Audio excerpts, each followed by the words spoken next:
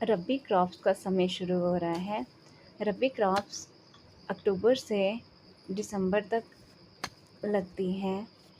इनका जो समय होता है, आप अक्टूबर से दिसंबर तक कभी भी लगा सकते हो, लेकिन शुरू-शुरू में अक्टूबर के शुरू-शुरू में लगाने का फ़ायदा ये रहता है कि बरसात का पानी जो होता है वो ज़मीन के अंदर रहता है। अब इस बरसात के पानी के क्या फ़ायदे हैं? एक तो मिट्टी जो होती है नरम रहती है, और जब मिट्टी नरम रहती है तो ज़मीन पे मिट्टी को और हम नरम आराम से कर सकते हैं, और जो फसल लगाते हैं उसको भी पानी पूरा हो जाता है। जिन जिन एरियाज़ में पानी नहीं रहता है, यहाँ हमारे भी पानी की बहुत कमी होती है।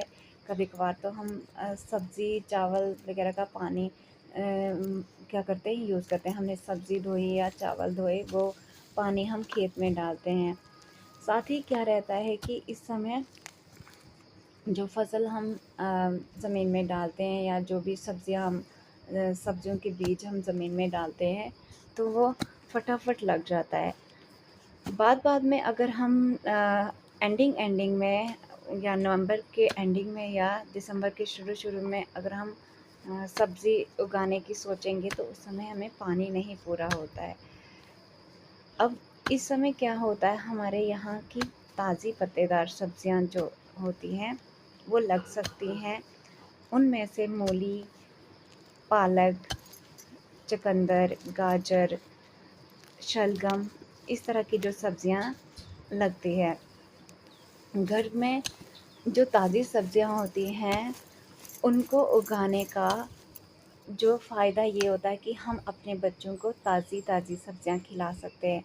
इन सब्जियों में ना खाद होती है, और ना ही कोई भी जो दवाइयाँ होती, पेस्टिसाइड वगैरह होती हैं, उन इनमें नहीं होती है, तो ये हमारे बच्चों की सेहत के लिए बहुत अच्छी होती है। आजकल तो लोग अपने खेतों में खेतों में तो काम करते ही हैं, लेकिन आजकल सिटी में भी लोग गमलों में भी सब्जियां उगाते हैं।